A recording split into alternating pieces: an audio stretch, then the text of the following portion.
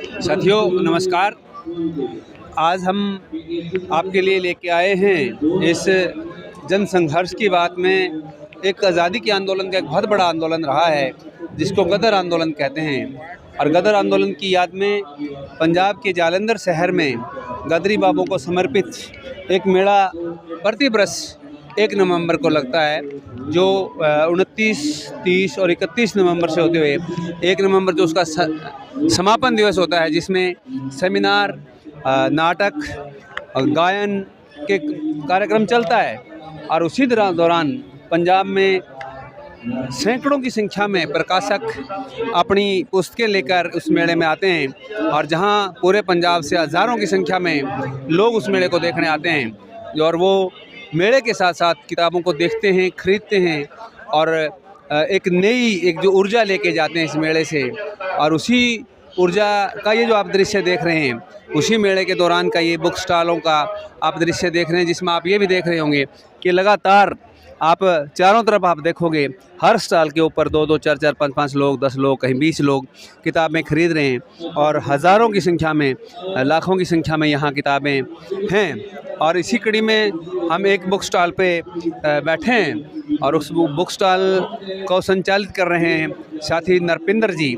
हम उन्हीं से कुछ बातें जानने और समझने की कोशिश करेंगे कि ये मेले के अंदर बुक्स का कितना युवाओं में क्रेज़ है, इस बुक स्टॉल्स का पंजाब की सामाजिक सांस्कृतिक क्षेत्र पे किस तरह का भूमिका अदा कर रहा है, किस तरह का असर डाल रहा है, पंजाब के किसानी आंदोलन पे, मजदूर आंदोलन पे किस तरह का असर डाल रहा है। इन चीज़ों को समझने और जानने की कोशिश करेंगे। नरपिंदर जी, आपका बहुत बहुत स्वागत। मेरा पहला सवाल ये है कि ये जो मेला हर साल 1 नवंबर को लगता है, और इस मेले की एक विशेषता है कि हर साल इस मेले में लाखों रुपए की किताबें एक दिन और एक रात में बिक जाती हैं। एक बार का तो शायद रिकॉर्ड है कि एक रात में 23 लाख का लिटरेचर यहाँ इस मेले में बिका। तो मेरा पहला सवाल ये है कि इस मेले के साथ किताबों का, लिटरेचर का इतना महत्व कैसे जुड़ा? ये देखो, आज से 34 साल पहले जब ये मेला पहले शुरू हुआ था, उसमें मात्र 2-3 स्टॉल थे। उसमें ज़्यादातर लिटरेचर जो रेवोल्यूशनरी खेमे के लोग थे वो ही छापते थे, और 2-3 पब्लिकेशन ही थे, इतने ज़्यादा पब्लिकेशन नहीं थे उस दौर में। और इस मेले से पहले भी पंजाब में जब गांव-गांव में नाटक हो रहे थे 1980 और 90 के दशक में, क्योंकि ये मेला 91-90 के दरमियान शुरू हुआ है, उस समय भी एक किताब सभ्याचार जिसे हम बोलते हैं, बुक कल्चर, ये पैदा करने में भूमिका निभाई थी गुरशरण सिंह ने। उन्होंने बहुत अहम भूमिका निभाई थी। और उस समय तो किताब जो थे हम बेचते रहे, 1-1, 2-2 रुपए में किताब बेचते रहे, और सस्ती किताबें थी, दूसरी थी मतलब इससे। लेकिन ये धीरे धीरे चलता चलता मेला जो 34 साल बाद है, वो एक बड़ा जो है, जिसे कह ले कि किताबों का जंक्शन इसे कहा जा सकता है, जहाँ किताबों का लेन देन होता है, लोग खरीदते हैं। और इसने पंजाब में एक नया जो कल्चर है, बुक कल्चर, वो पैदा किया है। आपने एक बात कही कि 1990-91 के दौर में, उससे पहले थोड़ा पीछे भी गुरशरण सिंह और भाई मन्ना सिंह गाँवों में गए और बुक कल्चर को लेके गए। तो वो तो दौर था 1990, 91 और 89 का, वो दौर था आतंकवाद का दौर। तो उस दौर में लोगों ने किताबों को कैसे एक्सेप्ट किया? देखो, मैं उनके साथ एक समा था जब हमने इनकलाबी एकता केंद्र बनाया था, और ये दौर जिसे कह लें कि टेररिज्म का दौर था, काला दौर पंजाब का बोला जाता है, वो दौर था। उस दौर में जो छोटी छोटी किताबें थी, चाहे वो कहानी की है, छोटे नावल हैं, कविता है, या इतिहास की है, ये किताबें लेके जब नाटक खत्म होता था, वहाँ स्टॉल लगती थी, लोग वो खरीद के लेके जाते थे। इसमें शहीदों की जीवनियाँ भी थी। इससे पहले भी 1970 के दशक में यहीं देशभक्त यादगार हाल में कुछ नौजवानों ने एक संस्था बनाई थी, और वो संस्था ने भी छोटे छोटे पम्फलेट जो है वो भगत सिंह के बारे में, चंद्रशेखर आज़ाद के बारे में, करतार सिंह सराबे के बारे में, गदर पार्टी के बारे में ये निकालने शुरू किए थे। ये पूरा 70 का दौर है जिसने जो गाँव में और कॉलेजों में एक बड़ी तादाद में नौजवानों को अपनी की तरफ खींचा था और वही नौजवान जो है इनकलाब का वाहक बने। ये 70 से लेकर आप जो 80 वाला दौर है, 80-90 तक का दौर है, 20 साल का, ये आप इस रूप में दे सकते हैं। और ये युवा पीढ़ी थी जो वो नहीं साथ के साथ चलता रहेगा, पूछते रहो आप बीच में कीमत जो पूछनी है। तो ये चर्चा के साथ साथ ये साथी अपना स्टॉल लगा रहे हैं, तो ये किताबों का भी चलता रहेगा। निश्चित तौर पे ये जो उस दौर में किताबें पढ़ाना ये बहुत बड़ा काम था जो गुरशरण सिंह जी ही कर सकते थे, शायद और कोई आदमी इसको इतनी बड़ी हिम्मत ना जुटा पाए। हाँ, कुछ बोल रहे थे आप? हाँ, वो मैं एक बार की बात सुनाता हूँ कि गुरशरण सिंह ने कहा एक बार कि देखो मेरे जो हैं 60 रुपये 10 रुपये ले ला, 10 छुट्टे ले ला।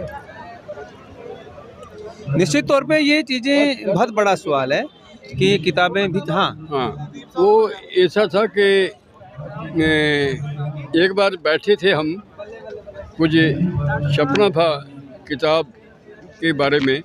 उन्होंने मेरे साथ जो बात की वो बोले कि मेरा इतनी जो है पेंशन है, दोनों बेटियां मेरियां वो अपनी सर्विस पे हैं, और ये जो हमारा खर्चा इतना की है परिवार का, और बाकी जो सारा है वो हमने सस्ती किताबें जो हैं वो लोगों तक पहुंचानी। ये मिशन था, वो मिशन लेके चले थे। मतलब तो ये जो मेला है, इस मेले में ये इतने बड़े पैमाने पर प्रकाशक कब आने लगे? हाँ, ये धीरे धीरे जैसे हम कहें कि 2010 के बाद, 2010 से पहले जो है वो कुछ लोग ही आते थे। 2010 के बाद एक जो सभी पब्लिशर थे पंजाब के, और अलग अलग रंगों के, आप यहाँ देखेंगे आपको धार्मिक पुस्तकें भी मिलेगी। हाँ, मैं देख के आया हूँ। हैं आप यहाँ दलित साहित्य भी है, दलित साहित्य भी है, प्रगतिशील साहित्य भी है। हाँ, पहले रेवोल्यूशनरी लिटरेचर ही था, लेकिन धीरे धीरे सभी रंग के जो यहाँ आते हैं, और सभी रंग के लोग यहाँ आते हैं वो लिटरेचर खरीदने के लिए। यहाँ ऐसा कुछ भी नहीं है। आप देखेंगे यहाँ आपको मुस्लिम धर्म के जो है वो साहित्य भी मिल जाएगा, सिख धर्म का साहित्य भी मिल जाएगा, और दलित प्रकाशन तो कभी मिलेंगे। आपको 10-15 यहाँ प्रकाशक हैं जो यहाँ बैठे हैं और जो हिस्ट्री पे लिखते हैं। बहुत बड़ी इस मेले में मैं एक चीज़ और देख रहा हूँ कि बहुत बड़ी तादाद में, आप भी देख रहे हो कि यूथ बहुत बड़ी तादाद में आया है। तो क्या ये यूथ जो आया है ये लिटरेचर को पढ़ रहा है? क्योंकि आज के दिन समाज में एक बहुत बड़ी बहस है कि युवा जो है वो साहित्य से कटकर मोबाइल की तरफ चला गया, तो इसको आप किस नज़र से देखते हैं? देखो ये ठीक है कि मोबाइल की तरफ गया है, लेकिन जब यहाँ देख रहे हैं हम, मैं वैसे भी गांव में कहीं ना कहीं जाता रहता हूँ किताब लेके। यूथ का एक हिस्सा है जो अभी भी किताबों को पढ़ता है, किताबों की मांग रखता है। यूथ का एक हिस्सा है, यूनिवर्सिटियों में भी है, कॉलेजों में भी है, गाँव में भी है। उनकी इच्छा है कि कोई अच्छी किताब। बात यही है कि उनको वो अच्छा लिटरेचर के चुनाव करने में कौन कैसी भूमिका निभाता है। मतलब ये बड़ी चुनौती है कि युवाओं को अच्छा लिटरेचर कैसे मिले। हाँ। ये एक बहुत बड़ी चुनौती है। तो ये मेला किस रूप में उनको सहायक रहता है? यही मेला जो है, हाँ, वो यही भूमिका निभाता है। अच्छा, ये मेला युवा लोगों को उनकी इच्छा के मुताबिक जो साहित्य है, उनकी इच्छा के मुताबिक जो किताबें हैं उनकी चोन करने में मदद करता है। आप देखेंगे साहित्य की, पंजाबी साहित्य के बारे में ढेर सी किताबें होंगी, पंजाबी आलोचना की किताबें। विद्यार्थी भी यहाँ आते हैं और साधारण पाठक भी आते हैं।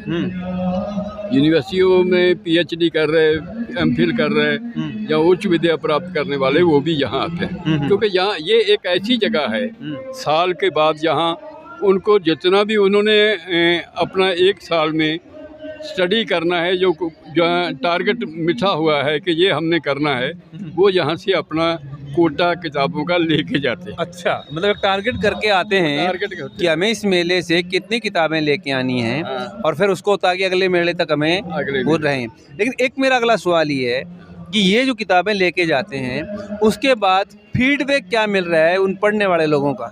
देखो, फीडबैक अलग अलग रूप में जो आप देखेंगे पंजाब में किसानी मूवमेंट जब चली है, जब 1-1.25 साल किसान दिल्ली के बॉर्डरों पे बैठे रहे, आप उसमें गए होंगे तो आपको मालूम होगा कि वहाँ किताबों के स्टॉल तो नहीं थे, हट थी, मुफ्त किताबें वहाँ थी, पढ़ने को मिल रही थी, बांटी जा रही थी और बांटी जा रही थी। और हर जो टेंट था, हर ट्राली थी, उसमें लोग, युवा लोग भी, बूढ़े लोग भी किताब पढ़ रहे थे।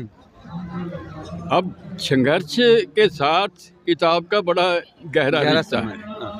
किताब पढ़ते हैं तो वो अपने संघर्ष को देखते हैं, और उसके लिए दिशा जो है वो भी निर्धारित करने में भी किताब भूमिका निभाती है। तो यहाँ जो पाठक आ रहे हैं, मुख्य किस तरह की किताबें आप देखना और पढ़ना पसंद करते हैं? उनसे अगर किसी से कुछ बात हुई हो आपकी?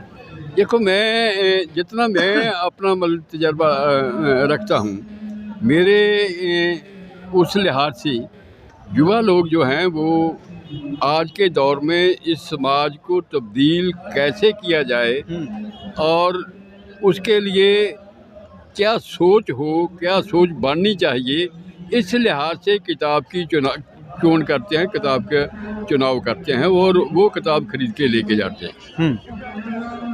ये तो नहीं है कि इतिहास और साहित्य के बारे में भी वो उनकी चोन होती है, और विशेष करके गदर पार्टी के और जो रेवोल्यूशनरी मूवमेंट चली हैं हिंदुस्तान में, पंजाब में, इनके बारे में उनकी जिज्ञासा रहती है।